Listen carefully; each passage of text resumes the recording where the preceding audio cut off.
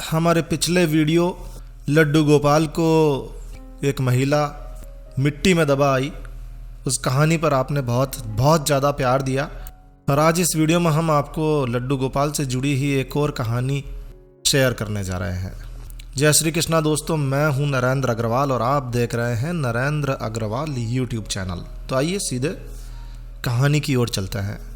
तो एक समय की बात है, एक गांव में दो स्त्रियां रहा करती थी। वो दोनों ही स्त्रियां एक दूसरे का सहारा थी, क्योंकि उनका इस दुनिया में, इस जगत में दूसरा कोई और था नहीं। तो वो दोनों ही एक दूसरे का सहारा बन गई और एक दूसरे का सहारा बनकर वो बड़े ही प्रेम भाव से रह रही थी। हालांकि उन दोनों के धर्म अलग अलग थे, लेकिन उनके विचारों में काफ़ी समानता थी। धर्म अलग अलग इसलिए थे क्योंकि एक महिला हिंदू धर्म को मानती थी तो दूसरी महिला जैन धर्म को मानने वाली थी। और दोनों ही अपने अपने हिसाब से, अपने अपने धर्म के हिसाब से अपने अपने प्रभु की आराधना पूजा किया करती थी। तो उनमें से जो हिंदू धर्म को मानने वाली महिला थी, उसने अपने घर में, अपने घर के मंदिर में भगवान श्री कृष्ण के बाल स्वरूप लड्डू गोपाल की प्रतिमा को बड़े ही प्रेम भाव से विराजमान किया हुआ था। उस महिला को लड्डू गोपाल से इतना ज़्यादा प्यार था कि वो रोज़ाना लड्डू गोपाल को एक बालक की तरह, एक बच्चे की तरह सुबह जल्दी नहला धुलाकर तैयार करती थी। सुंदर वस्त्र आभूषण उन्हें पहनाया करती थी, जैसे कि वो उनका अपना ही बच्चा हो। तो वो लड्डू गोपाल को एक बालक के समान ही प्यार करती थी और अपने आप को उनकी माता ही समझती थी।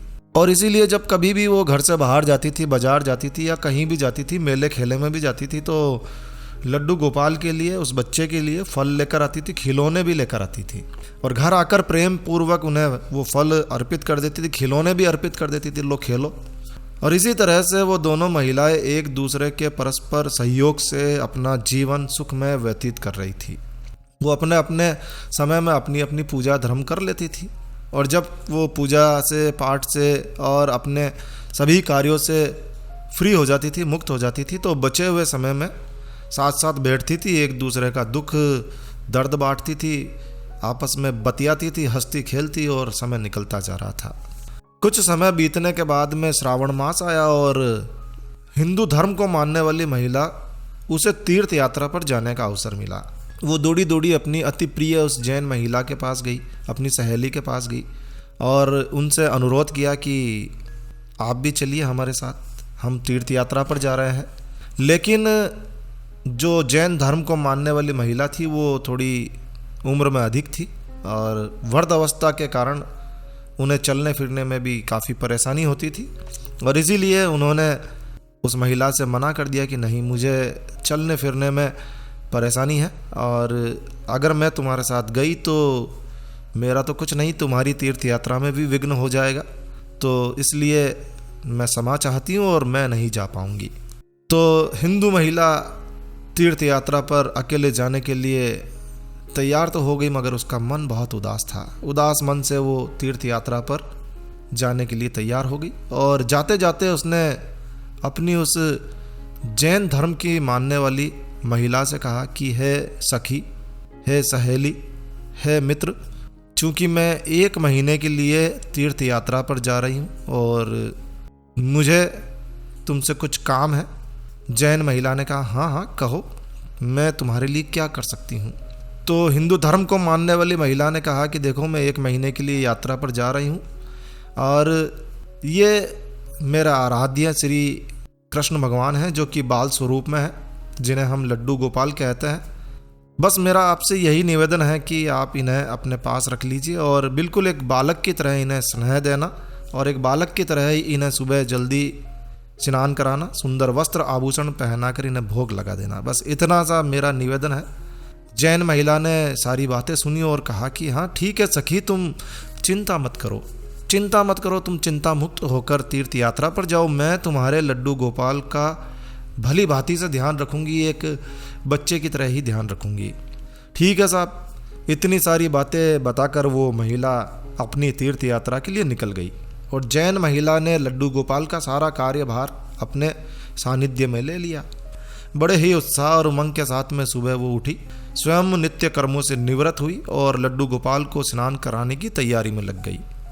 उसके बाद जब वो लड्डू गोपाल को नहलाने लगी तो उस महिला की नज़र अचानक लड्डू गोपाल के पाँव की तरफ पड़ी।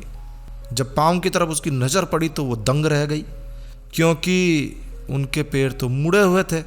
उसे लगा कि उसकी वजह से पाँव टेढ़े हो गए हैं। ऐसे पैर तो बच्चे के होते नहीं हैं, ये पैर टेढ़े हो गए हैं और इसका कारण उसे लगा कि मैं ही, शायद मेरी ही गलती से इस बच्चे के, इस लड्डू गोपाल के पैर टेढ़े हो गए हैं।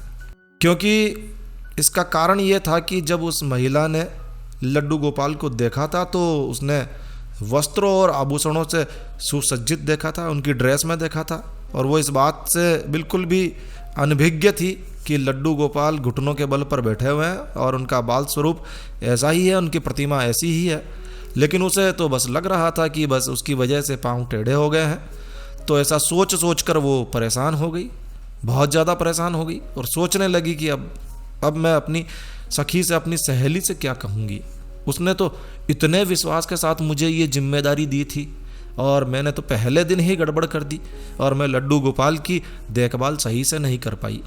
और ऐसा सोचकर वो चिंता में परेशान होकर वहीं चिंतन पर बैठी रही कि अचानक उसे याद आया कि उसकी सखी ने कहा कि लड्डू गोपाल सिर्फ एक प्रतिमा नहीं है बल्कि जीवित होते हैं, इसे तुम जीवित ही समझना। बस फिर क्या था, उसने सोच लिया, उसने निश्चय कर लिया कि प्रतिदिन उनके पैरों की मालिश करेगी। क्या पता मालिश करने से इनके पैर फिर से ठीक हो जाए। तो बस लग गई मालिश में और दिन में वो कई बार लड्डू गोपाल की मालिश करने लगी। और जैसा कि भगवान श्री कृष्ण का स्वभाव है, वो तो इतने कृपालु हैं, इतने दया निधान है कि उस वृद्ध महिला की इस नादान भक्ति से वशीभूत हो गए और वशीभूत होकर उन्होंने उस पर ही अपनी अपार कृपा लुटा दी। और एक दिन जब वो महिला रोजाना की तरह सुबह जल्दी उठकर लड्डू गोपाल को नहाने के लिए तैयारियां कर ही रही थी कि उसकी नज़र लड्डू गोपाल के पैरों पर पड़ी।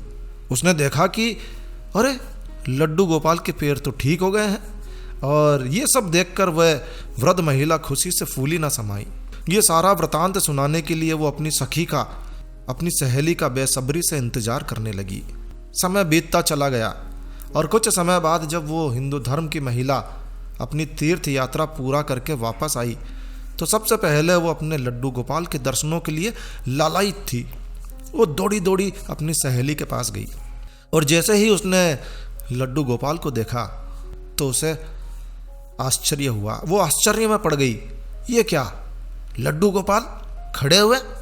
अरे लड्डू गोपाल खड़े कैसे हो गए?